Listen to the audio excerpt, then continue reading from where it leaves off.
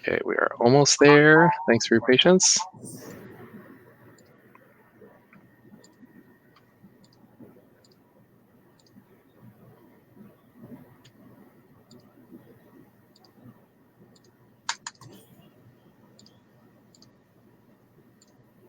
Okay, welcome. Greetings. Happy Wednesday, June 10th. We have made it to another Wednesday in the time of COVID. Oh my. We are grateful to everyone who's tuning in today, wherever you're tuning in from, whether here in the area in Maryland or outside of Maryland. We appreciate all of you. This is our weekly career chat, which is focused on giving teens and young adults an opportunity to hear from some really cool people in a wide range of industries and job roles to learn about what their educational and professional journeys have been, to kind of give a sense of what some different possibilities are for folks who might be entering the workforce or thinking about how to proceed with education, job training, learning a trade, etc. So today we have a very special guest. Her name is Cristine Hutchison-Jones. Can I call you Chrissy officially? You can call me Chrissy. Okay, thank you. So full disclaimer, Chrissy and I used to work together, so we're just going to lay that out so you're aware. We know each other. I am not reading from any prepared notes for this talk because it's not needed. Chrissy holds a PhD and is a higher education administrator, and she has had a really cool career working in higher education. She's also been a faculty member at the university level, and I'm sure she'll tell you a lot more about all of those things. But she's a wonderful human being who has really set a great example for how skills can be applied in a lot of different settings. And she has both a background as a scholar and now also as a higher ed administrator. And she's done many other cool things in her life, from supporting animals in rescue shelters to volunteering at some really important social services organizations. And we'll get to all of that as we go. So welcome, Chrissy. Thank you, Nick. And what else would you like to kind of say about your journey that's gotten you here? And I'll get into more specific questions, but like based on the intro, what did I miss that people should Well, you missed the Disney store. Mm-hmm. I feel like that's a really important part of my journey, and I'm actually not just joking about that. I worked my way through college working retail, and I think people don't talk often enough about the jobs that they feel like they do along the way just to make ends meet. As you know, my husband, Chris, worked with, he had a master's degree and worked at Starbucks, right? So those are things that look like they don't belong on a resume necessarily. And actually, we gained a lot of skills from both of those experiences that really continue to help us and influence us. And I think the overarching thing for me about my career path and my educational path has always been, I've never necessarily had a destination in mind. It's always just, I know what I'm interested in the moment and what the opportunities are right in front of me. And then I try to stay open to where the different places are that those might lead.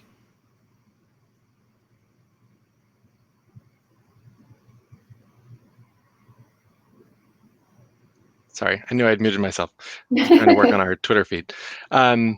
Thank you for mentioning that. And funnily enough, when I was a little wee human, I used to go to that Disney store at the Prue in Boston. It was one of my favorite places to shop with my nanny, and I probably still have some of the stuff I bought there laying around. So tell us a bit about where you grew up, Chrissy, and what your interests were in middle and high school and how they relate to what you do now. Okay, so I grew up in rural Northeast Florida in a place called Green Cove Springs that no one has ever heard of. Although it's mentioned in Zora Neale Hurston's Their Eyes Were Watching God, one place. So I went to public school all through elementary, middle school, and high school. And I was always a book nerd. I read all the time. I loved literature. I actually didn't read kids' books until I was a lot older, because I started reading adult literature really, really early, and just anything I could get my hands on. And then I've always loved history. Particularly American history. And I think that was motivated, and also the kinds of literature I read were motivated by trying to understand some of the conflicts I saw in the world around me. I grew up in the rural South, And there are some stereotypes about the rural South that aren't true, and then there are some that are. I think there are also some that we're finally realizing nationally aren't just about the South. And I struggled a lot as a young person, both with racism and racial disparities that I saw around me, and also religious intolerance. And I saw a lot of that. And so I read a lot of historical work about those kinds of things. And when I got to college, I met an American Studies professor who focused on American religion and was like, wait a minute, you can major in that? So that's what started me out on that path, was just sort of looking at the world around me and trying to understand it better through books. Very cool. And what did you do in high school in terms of extracurriculars? Again, very nerdy. So I was on the academic team. I think that's called like High Q in other places, where we actually just, sat on a panel and answered Trivial Pursuit kinds of questions. And that was a competition. We made it to state one year. I did drama and convinced my high school drama teacher to produce Tennessee Williams' 4-person play, The Glass Menagerie, just so that I could play the mother. And then I did, as you mentioned, I did a lot of volunteer work in high school with local animal shelter, which also ran a veterinary clinic. And I had horses. So I did a lot of riding in state forests, mainly for pleasure, like on the weekends and stuff. I really like to get out in the woods. Cool. For anyone who doesn't know much about Prince George's County who's tuning in, we are a large suburban county outside of Washington, D.C. in Maryland. We border Montgomery County and then Charles County and Anne Arundel County, and probably more than that I'm forgetting. We have almost 1 million residents, and we have a really wide range of geographic communities, from super urban, practically Washington, D.C. communities that are on the Route 1 corridor right outside of the Rhode Island Avenue Metro. If you know that, just keep going out and you hit Prince George's County, to very rural parts of the county where we have farms. And that's actually not that far from the more urban areas. So it's a really unique place where you might have one experience growing up in one corner of the county that is the complete opposite of an experience in the different corner of the county. So I appreciate hearing about your growing up in Florida, in an environment that is perhaps different from the environment that a lot of our guests have been from in this series. Folks who've grown up here in Prince George's County in the more suburban parts or the urban parts, and also folks who live in DC and other things like that. I will just say, Nick, that I grew up with that kind of split in my own life, because the county I grew up in was very, very rural when I was a kid, but it borders Duval County, which is where Jacksonville, Florida is. And I spent a lot of time in Jacksonville with my grandparents. So it was like I would have these weekends or weeks in the summer where we were hanging out and going to the public library in the city. And, they had nice restaurants, and we did theater and concerts and that sort of thing. And then I would go home and hang out with the other side of the family, and we were out in the woods. So it was that kind of split. Yeah, neat. So what was your decision making process like towards the end of high school about what you want to do next? So I'm first generation in my family, sort of. I had 2 great aunts by marriage who had gotten college degrees at a time when ladies got degrees and became teachers until they got married. But otherwise, no one in my family had a college degree. So it was always expected I would go to college. I was like the smart kid. But I didn't have a really sophisticated idea of what that would mean or what that looked like. And also our family's finances didn't really allow for a lot of choice. So I ended up at Florida State University, which was actually a really great place for me. It was the big state college. I will admit that I chose in part because that was the football team I was affiliated with as a fan in high school. But it also had really strong liberal arts programming. And I think being at a big school was really great for me because it offered a really wide array of choices. They had, really big departments across all fields. And so I got to do all kinds of different stuff and explore around a lot. But yeah, it was just sort of like, well, we know you're going to go to college. When I declared a double major in American Studies and religion, my mom cried Oh, and begged me to at least minor in business so that I would have some marketable skills.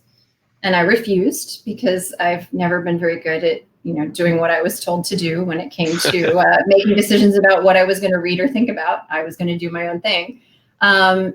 But I remember that very clearly because, having continued in the liberal arts, you hear a lot like, oh, what are you going to do with that? Or the big joke about like, what do liberal arts majors say most often in their jobs? Would you like fries with that? And I was a double liberal arts major. I did not do anything that looked practical on paper, and I have a job. So, and I didn't know what I was doing. It was like, well, this is what interests me and this is what I care about the most. So I'm going to do that because I'll be really invested in it and care about it enough to do well in it, and then figure out from there where I'm going. Cool.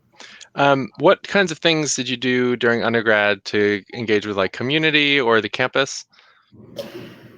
That's really challenging. I had to work. I worked almost full time. I usually had more than one job. I worked at the Disney store in a mall in Tallahassee.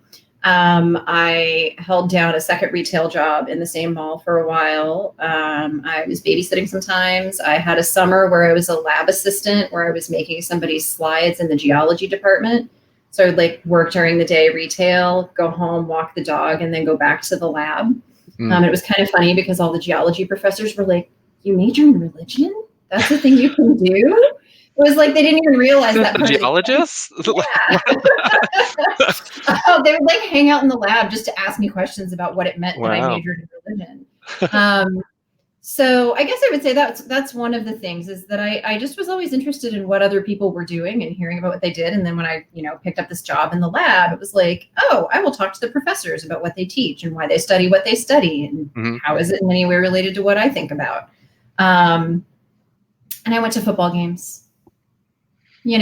Football was very much a thing, and it's a very big sense of community, right? Like sports gets a bad rap, and I think it's in some ways deserved. I'm not as invested in football as I used to be, but it's a big community thing. And that was another nice thing about going to a big school that had that kind of stuff. Cool. Did you continue with theater in undergrad at all? I actually took a lot of theater history classes, which were really just sort of like reviewing the literature of theater. So I had one class where we did American theater history in a semester, and we read, I think we read 30 plays, and I wrote 32 papers in the course of a single semester. And it was brutal, but it was also one of the best classes I took. And I continued to be really interested in both history and literature, and I saw the two as fitting together, not separate. I'm really interested in the ways in which literature expresses people struggling with the problems of what's going on in the world around them. And not just because, I recently watched something about Lorraine Hansberry, the playwright who wrote Raisin in the Sun. And there are things like that are really obvious, right? Where they're writing about a particular social problem. But, you can find things that are really, really seems like just fiction that are still grappling with the problems in the world around them. So I've always been kind of trying to plug those two things together. I also took 2 semesters of musical theater history. So that's intense. Yes. I was always the only non-actor in those classes. And I seriously bonded with the professor who, hilariously enough, grew up in Gloucester, Massachusetts, and was a huge Red Sox fan who used to sit in his office because that's where he could stream the games on his computer. Nice. In the days of dial-up. Cool. Well, Chrissy shames me a lot because I have turned into a Nationals fan, but I have not forgotten my Red Sox, even though they're hugely problematic as cheaters at the moment. It runs up there apparently with the Patriots too. But so if you're an American League fan, you can also root for the Nats. It's National League. It's not the same thing. And Chrissy's family is also into the Orioles, which I know will be exciting for some of our viewers. And there's that. So sports can be fun and also problematic. And yes, Steve says go Nats. They're both red and blue. Thank you. That is my colleague Steve. Thanks for tuning in, Steve. One quick non sequitur or tangent. The Lorraine Hansberry. Was it the documentary that you watched? The American Masters on Uh-huh. PBS. Cool. So that is available to our viewers through Canopy, which is a really cool streaming platform that you can get for free through the library. It's like the Netflix for libraries. It's not as slick, but it has a lot of similar or the same content. And you can actually download an app on your smart TVs to watch it on there. All you have to do is plug in your library card information, and it's super great. There's really great content on there for looking at anti-racism, history, Pride Month, for example, women's history, everything under the sun is in there in terms of great content for you all to engage with. Okay, so what were your plans coming out of undergrad? Like, I know you're a planner, but did you have a plan from like sophomore year for what was going Oh to be next? no, I didn't have a clue what I was going to do. Again, no one in my family went to college. So, except for this one great aunt who did the lady college thing, but then didn't do what she was supposed to do. She didn't get married. Instead, she went and got 2 graduate degrees and ended up Oh, as a wow. professor. Yeah. So I had this sort of example in my life of people who kept going, particularly women who kept going. And I didn't realize until I was like in my 20s. I'm so grateful that before she died, I got to tell her, like, because I had her in my life, I knew this was possible. Right. But I had a really wonderful mentor, undergraduate mentor, who was the professor of American Studies and Religion, who really took me under his wing and supported me and encouraged me to think about graduate school as a possibility. He really thought that was something that might be worth me doing. And we talked about law school, and we talked about going a more straight PhD route. And I ended up applying to graduate programs up and down the East Coast in religious studies. And I ended up at Boston University. That was largely because, honestly, I couldn't imagine going away from the East Coast. Like, I hadn't really traveled west in the United States, and it just seemed too far away, I guess. Boston seemed appealing for a variety of reasons, and their program had the kind of flexibility to sort of figure out your own way that some programs didn't. I also knew that I did want to leave the Southern United States. I had never lived outside the South. And I thought it was important to go somewhere where I would get a different experience. And BU gave me all of those things. And a really great piece of advice my undergraduate advisor gave me was, graduate school, I think, is a good path for you. You have to understand that there's probably not going to be a faculty teaching job for you at the end of it. You should always be thinking about where else this might take you. And I think a lot of people who go to graduate school don't get that advice. And I'm really, really grateful that he gave that to me, because I did still go in thinking, oh, well, you get a PhD and then you become a faculty person at a college or university. But that was always in the back of my mind, that he had given me that advice and said, you have to be aware the job market is tough. And this was, 20 years ago, when the job market wasn't as bad as it is now in higher education. So I think it was just always sort of there for me, both because of my family background and you kind of do what's in front of you, but also because he'd given me that advice. Like, there's no guaranteed job at the end of this. So you're doing the graduate school because you love it and you think you have more to learn and you think there's value in that, but this is not going to guarantee you that teaching job at the end. So what work did you do while you were in graduate school? You mentioned the retail side, but I know you taught as well, and you did some work for a center at BU. Is that correct? Yes, I actually, so I was working at the Disney store my first semester, and I think my advisor kind of wanted to save me from that. So they had a staff position open up in the department where I was a student, and they hired me to work with a different graduate student cohort. I was in the religion and society section, which was more focused on religious history, and they needed someone to help run the religion and literature section, which was perfect because, those are my two things, right? History and literature. So I was a full-time staff member while I was a graduate student. It was very hard. I think in some ways it was not a great thing that I was a staff person in the same department where I was a graduate student. That created some problems, but it was also really good to get to see kind of behind the curtain on what the life of a faculty person really looks like, as I was supposedly training to be a faculty person. And it also gave me a lot of administrative experience and gave me a chance to think about the ways in which you can be creative and contributing intellectually to, the life of the university and also to the education of the students at the university through roles other than teaching. Mhm. So I did do some teaching. I was a teaching assistant and taught a class in the religion department to freshmen. And then I also taught in the freshman writing program. And I really enjoyed that. But again, I had the experience. I had, and I think more importantly, had a sense of the ways in which I could use my training and participate in the life of the university without necessarily being a teacher.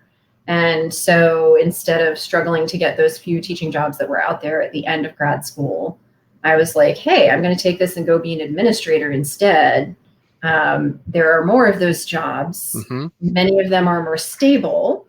You have more control over where you live, which was really important to me, which is not the case for faculty members. And, again, I feel like I continue to get to contribute to the life of the university. Also, as you know, Nick, I'm a very social creature. I like to talk to people. I found writing a dissertation really, really hard because I just sat in a room with piles of books and a computer and didn't talk to anybody for like a year. So there were some things about being a faculty member that I also knew wouldn't be as satisfying for me. Whereas being an administrator, you're like moving and shaking and making things happen. And it's really satisfying to see projects through to completion, which you get to do a lot more in an administrative role than you do when you're writing. Cool. You've shared many memorable stories with me about your time at BU, and one of them stands out, and that is the work that you did with Gregory Maguire. And I would love for you to share a bit about that story and that project with the folks tuning in, if you don't mind. Okay. So Gregory Maguire, as some of you may know, is the author of the novel Wicked, which is also a very famous Broadway play now. As somebody who was into musical theater, I worked too much and was too busy in school to be doing theater once I got to Boston. And so I didn't know Wicked. And my boss was on sabbatical, and my boss was a Dante scholar. So not someone who was super invested in, contemporary pop culture. And he was on sabbatical in Italy when I picked up a used copy of Wicked and read it for the first time. And it's so good. And it's so carefully thought out. He really creates an Oz that is a real world and that really gets into the nitty gritty of creating a real, very rich society with all of the conflicts that I'm so interested in. And I emailed my boss who was in Italy, and I was like, oh my goodness, have you read Wicked? We have to invite this guy to come speak. I think he lives in Concord, which is right down the road. And my boss was like, no, what is Wicked? And I was like, excuse me, Wicked, you're from New York. You love theater. Why do you not know this?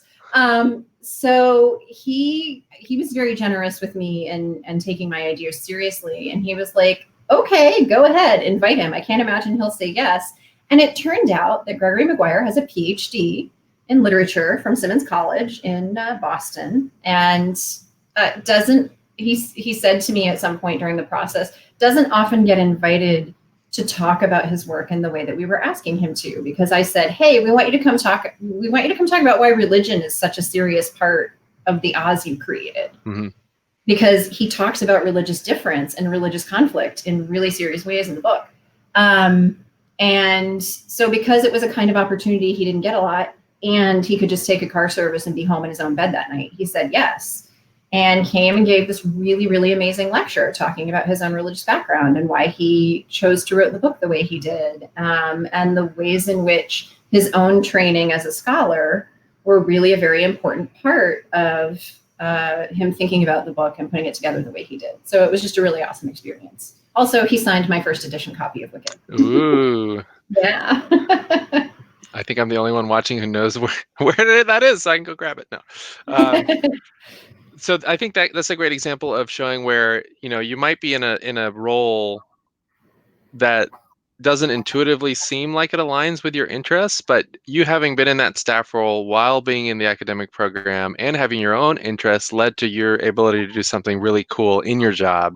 And share those interests with other people. And, you were doing events, and maybe that was part of the job, but, bringing in Gregory Maguire is probably beyond the expectations of that job. And that was only possible because of the unique kind of interaction of your interests and the context that you were working in.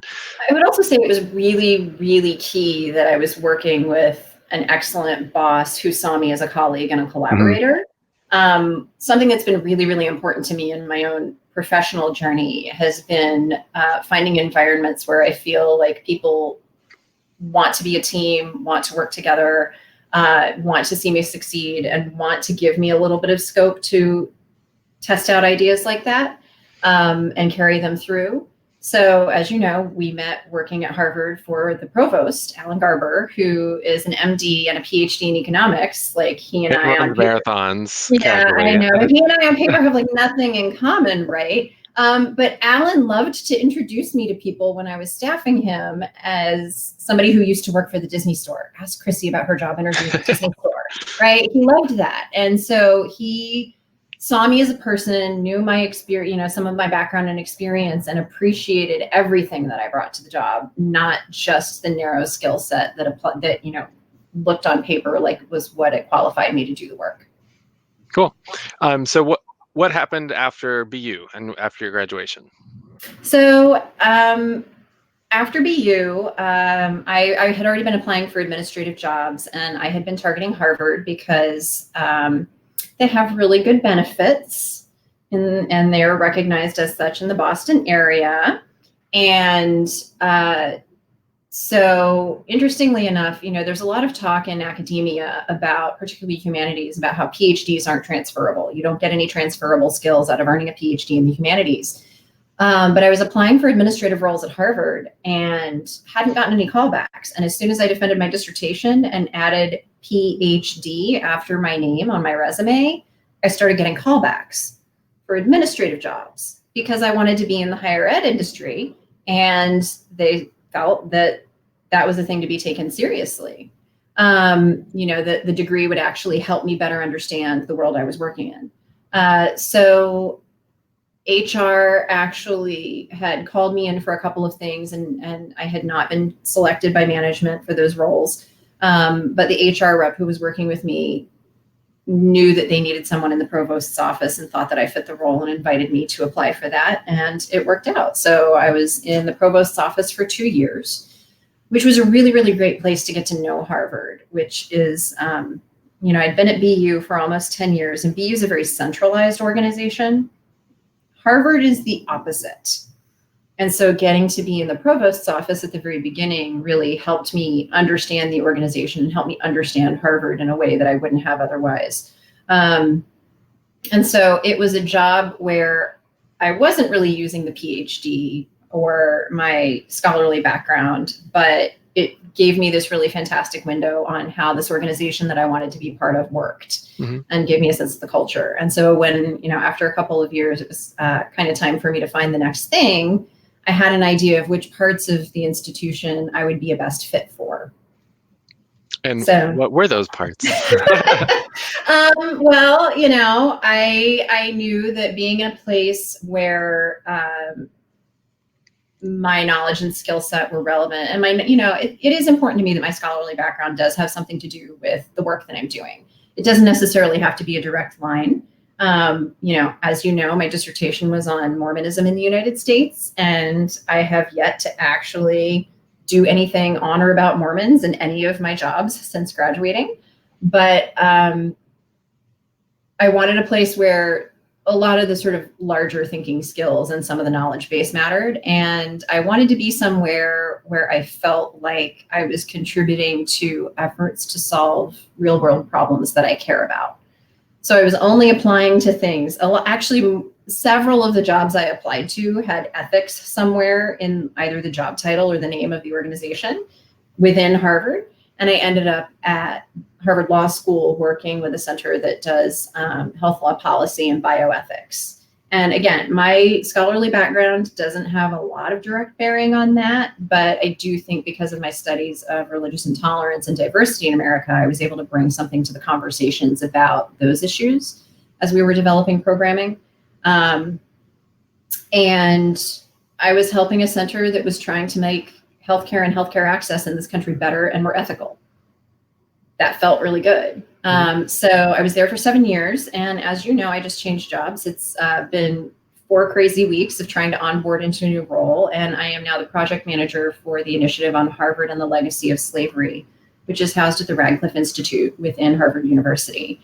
And it's been really interesting because I've now stepped into a role where my scholarly background does have direct bearing on the work that I'm doing. But also the administrative skills are really key. So I think that if I had just been a PhD who had been teaching all this time, I wouldn't have been as interesting to them for this role. It's the combination of the knowledge base and the scholarly training with all of those years of experience, making projects move forward and managing budgets and bringing people to the table together to make decisions in a university environment that really prepared me for this job. Cool.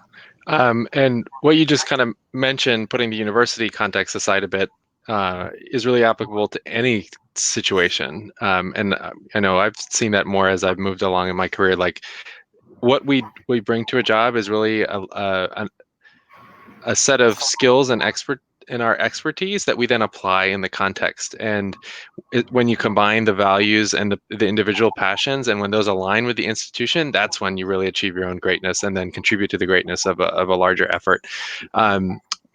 Can you dive a little more into the kind of skills that you have acquired along the way, that folks can start to think about when they're a little earlier in their careers or coming out of high school? Like, you can think about college as, I need to learn how to manage budgets. You can go work for the student government, for example, and manage a budget.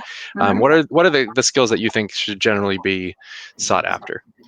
Well, I would say the first thing that people need to think about is what kinds of things do you actually like to do? Not what do you like to think about, but what do you actually like to do? Do you want to be at a desk all the time? Do you prefer a role where you're like up and moving from place to place a lot? Do you like talking to people, which I do? Do you really not want to talk to people a whole lot? There are a whole range of jobs where you can do that too. I think we don't talk enough about just thinking about what do you actually like to do with yourself and your time in that very low level way. So I think that's really important. And having had a range of jobs gave me a chance to experience a lot of different ways of working and being. When I worked in a lab, I was there by myself late at night. I often wore pajama pants. And I listened to like Delilah After Dark soft rock while I made slides out of dirt. And that taught me that working by myself is really hard for me. So that's really important. And the other thing I would say is that, just learning the social skills that you need to manage relationships in any environment is really, really key. And I think that was really important for me about working retail. Not everybody who walks into the store that you work in wants to talk to anybody. And at the Disney store, when I started working there, the expectation was that the store was divided into 3 zones. There was a team member assigned to each zone, and every time a person walked into your zone, they would be greeted. So high school students in the area would actually make a game of, can you get in and out of the Disney store without anyone talking to you? Right? And learning to gauge like, oh, wait, if I talk to this person, they're actually going to leave. Like they just don't want that. That's important too. So taking the opportunity to have roles where you figure out how to work with people in any context. And, then just taking a lot of different roles and seeing what are the things that you like and what are the opportunities that you have to learn a new thing. Budgets aren't fun. I mean, they can be in some ways, but they're not my favorite thing to do, but there's no way you're going to completely avoid having to deal with budgets somewhere along the line in your life. So if you have the opportunity to do that, take it, just taking those opportunities when they're in front of you. Mm-hmm. And knowing that we're kind of a similar mindset with career and stuff, when you're in a job, how do you use your current role to prepare yourself for the next step?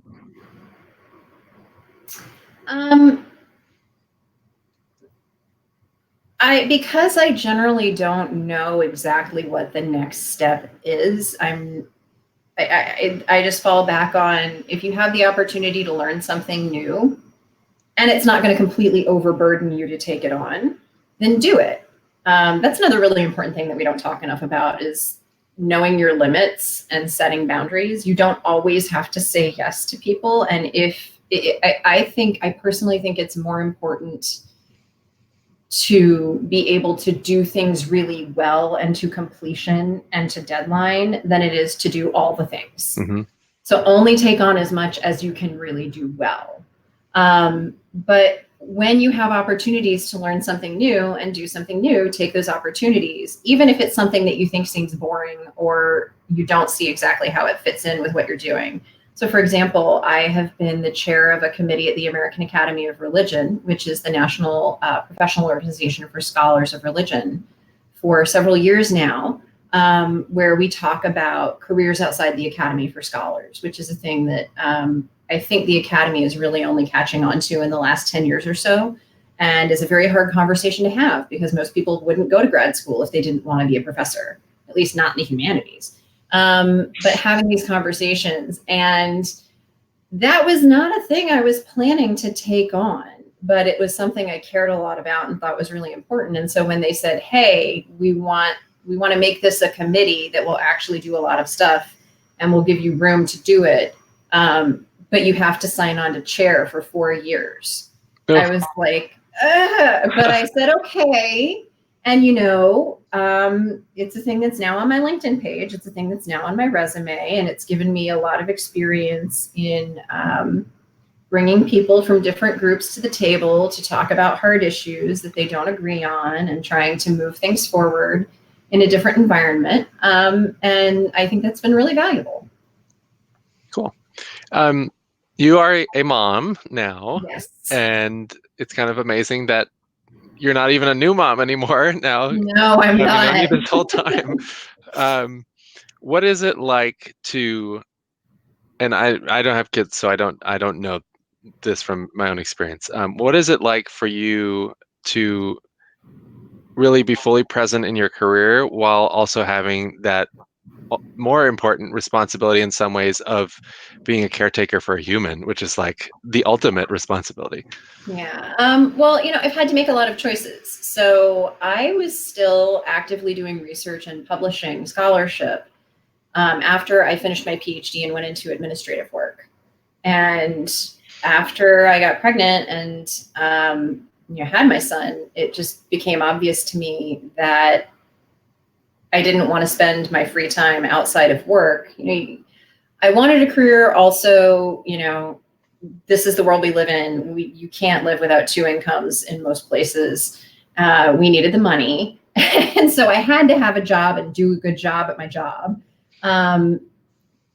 So I had to make choices about how I was going to spend the time outside of work. And I decided I didn't want to spend the time outside of work passing my son over to my husband or someone else while I did scholarship. So I haven't done any research and publishing really since my son was born. The last thing I published, I actually sat and edited while I was at the hospital to get my middle of pregnancy blood sugar testing. Very bad idea to try to respond to a copy editor's comments on your work when you haven't eaten in several hours and you're hugely pregnant. It was just not fun. But that was the last thing I published in a scholarly vein. So it's about making choices. And the other thing is, when my son was about 2, I decided it was time for me to start getting back into community work, which was a thing I really hadn't been able to do throughout college and grad school, was get involved in the community, because I was working full time. I was in school full time. I didn't have the time. So I started volunteering for the Boston Area Rape Crisis Center. And again, when making choices about how to spend my time, it at that point felt more urgent and more important to me to become more actively engaged in my community than to continue publishing scholarship. And it was just, and that's not to say that not working on my scholarship is the right choice. It was just the right one for me. And it was about recognizing where my priorities were and how much time I have in the day and where I want to spend that time. Mm-hmm. So, the job has to happen. And for me, my son and my husband come next. I, have a family because they're people I want to spend time with. And then finding ways to work in my community came next. And, at a different point in my life that may shift, but we'll see. Cool. So at this point, we'd love to encourage folks, if you're tuning in, wherever you're tuning in, to share some questions and comments, and we'll share those with Chrissy. And until I get one of your questions, I'm going to keep going because I'm full of questions all the time. You couldn't answer all these questions for the audience, Nick? No. I was a little nervous when you were like, you've told me so many things about your time at BU. I was like, oh, where are we going? Well, where did you meet your husband? I met my husband on move-in day in college. Cool. Which it feels really silly to say. We did not date in college. I don't know why it matters so much to me to say out loud that we were not longtime sweethearts from the first day of college, but we weren't. Funnily enough, we actually grew up in the same county, but didn't know each other until we got to college. And it just so happened, we met move-in day, we lost touch, and senior year, I bumped into him again, and we were both majoring in religion. We were both living with and hanging around all the time with theater majors. Always interesting. I know. And yeah, it felt like the universe was trying to tell us something, I guess. Cool. And there was a time when you were both in grad school together. What was that like? And both working full time as well. Oh my gosh. That was very hard, but also it kind of worked out because we were both so intensely busy that neither one of us was frustrated with the other for not being around because we were both in class, we were both having to work. And it was a decision that we made together. And I think that helped a lot, that thinking through those things beforehand, when you have the chance and okay, do we really want to get ourselves into this? And I think we both have seen our educational decisions and our professional decisions, not just as our own decisions, but they involve your partner. So you really need to talk to your partner about, is this something we want to do together? And as you know, my husband's a social worker. That is not a big money career. And we actually had a lot of deep thinking and serious conversations about, is that, and not just a social worker, but a social worker who works for the state of Massachusetts, providing direct clinical care to people with severe mental illness and addiction. So the kinds of clients who aren't well served in a lot of places. So one of the reasons we decided to stay in Massachusetts was he really felt called to serve that population. And there aren't a lot of jobs to do that in other parts of the country. But also even here, you're not going to make millions of dollars as a social worker, particularly doing that kind of care. And we decided we wanted to do that. And, we both take very seriously that we decided we wanted to do that, as a partnership. Cool. So we have a question from Facebook, and it is from one of our groupies, Teddy from Bowie.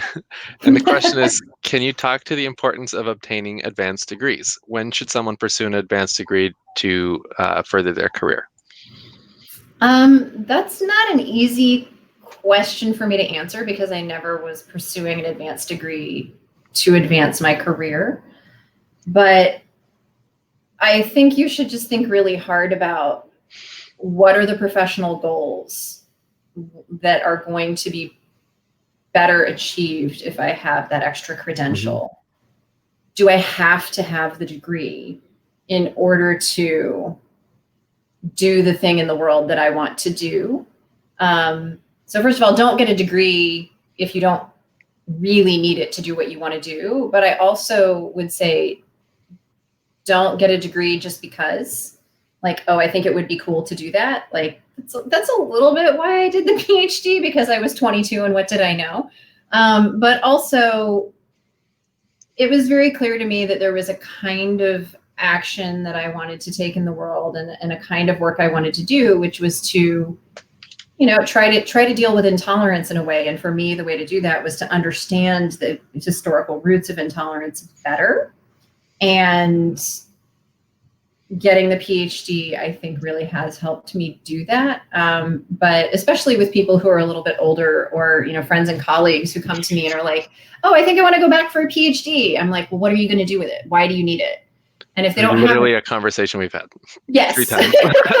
And if they don't have an answer to that question, then I'm like, do not do that. Do not do that. Now, I've also had conversations with people where they're like, well, this is the thing I know I want to do in the world. Like I want to, take action in this particular sphere. And we've talked through what kinds of graduate degrees. And so I've had friends who were like, I think I ought to do something in public policy. And then when we talk about what they really want to do, they're like, oh no. And I've got a friend right now in law school who's there because we had that conversation. I was like, well, wait a minute. What exactly do you want to do? Because it's not just about getting the credential or bulking up your resume. It's also about learning the tools and the skills that you need in order to do the thing you want to do. Cool. What are some of the books or plays or movies or TV shows that have been really influential in your life, maybe just from a personal human perspective, or even, the works that have played a role in the way that you do your work or kind of live your values? Well, as you know, because you sat through 8 hours of it with me, Angels in America. Thank you again for doing that. It was so long. It was so long, but wasn't it amazing? Wasn't it amazing? It was. Angels in America by Tony Kushner really helped me find my dissertation topic. And also, I think it was such a powerful exploration of identity and also intersectionality and the ways in which identity have been erased and abused and disrespected in American history. And it also made me realize that this wasn't just a historical problem, that the things that I like to think about weren't just, I'm not just getting back to the historical roots of things that aren't really happening anymore. We're not all just operating on implicit biases. These things are very clear. Some people actually do know quite clearly that they are being intolerant of a person for race or sex or sexual identity or gender identity. And the play really grapples with that a lot. So that has always been one that I go back to. As you know, I reread Jane Austen's novels over and over and over again. I've also listened to audiobook versions of them over and over and over again. And that's not just because they're just really good books. And there's a little bit of escapism there, I guess, because it takes me out of my own time and place. And she doesn't deal super directly with a lot of, really a lot of the major issues. But when you get into it, it's about human relationships, and it's about the ways that individual relationships can hold people back, and social expectations can hold people back, and how people can push back against those expectations, both from family and from society. And so, yeah, I really love Jane Austen. And also it gets back to, my focus on the importance of personal relationships and sort of understanding people and how they work and how to work with them.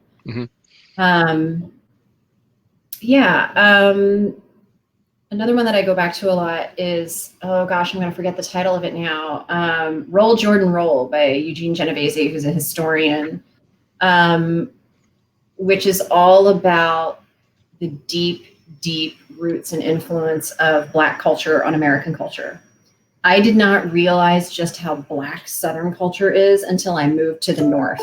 And all of a sudden, the food that I ate, that I thought of as just being normal food or Southern food, was in the soul food aisle at the Star Market in Boston.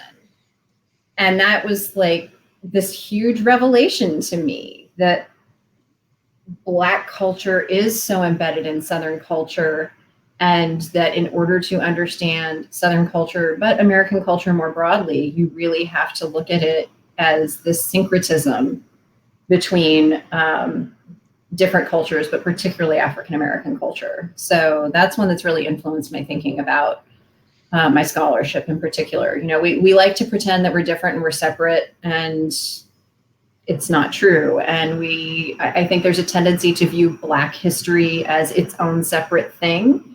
As you know, when I was in DC a couple of years ago, my husband and I went to the National Museum of African American History and Culture for the day.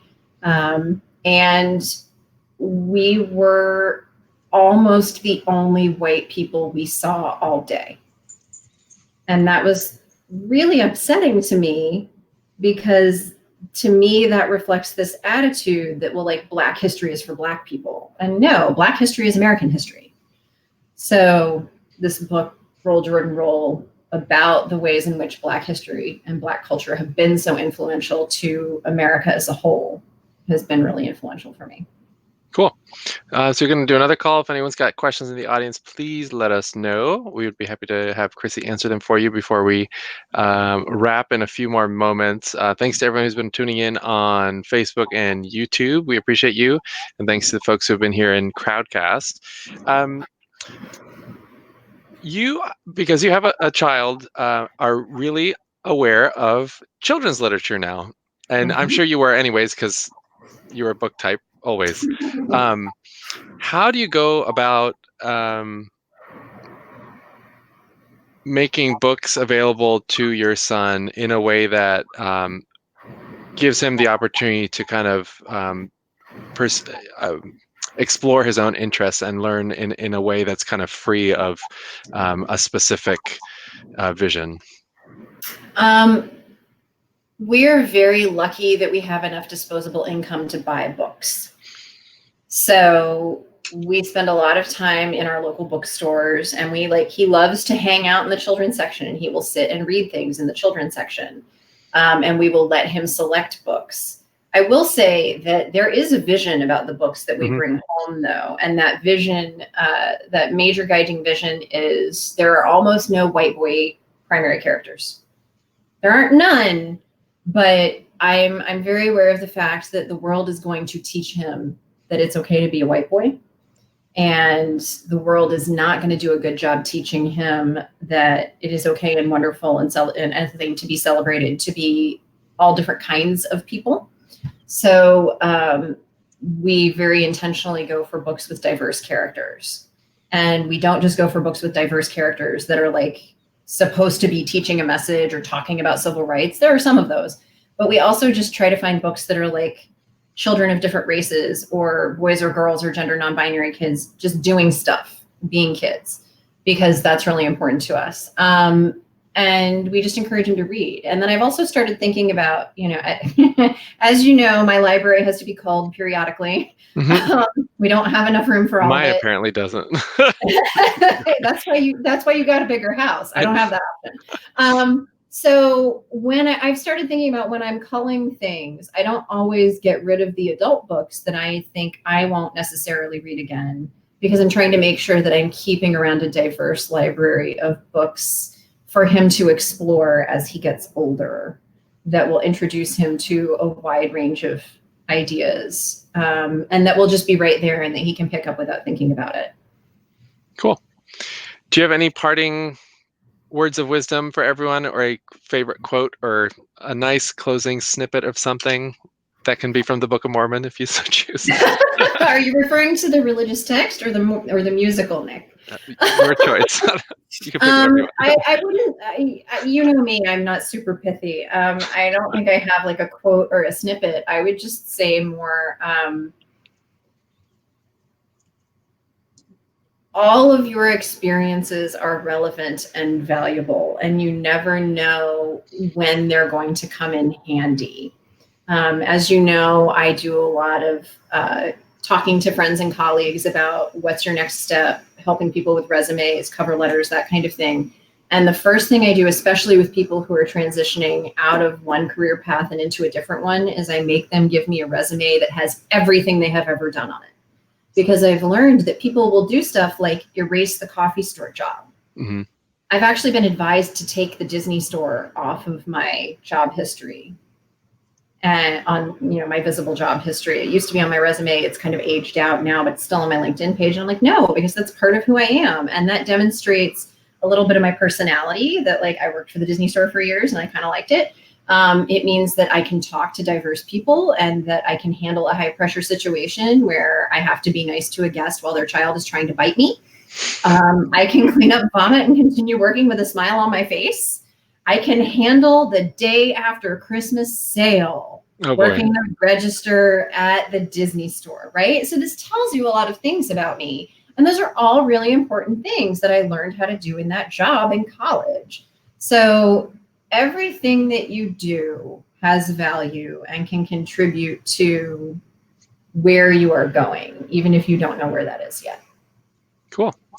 Awesome. Well, this has been a delight, Chrissy. Thank you so much for joining us. Really appreciate your taking the time to share your story with folks, and I'm sure we'll have an opportunity to reconnect with you on behalf of the library at some point in the future. And I know the two of us still owe the universe your Book of Mormon lecture in the Metro DC area, so we'll have to figure out a way to do that here at the library in the coming years. And thank you so much. You're welcome. Thank you for having me, Nick. Of course. Bye-bye, everyone. Thanks for tuning in.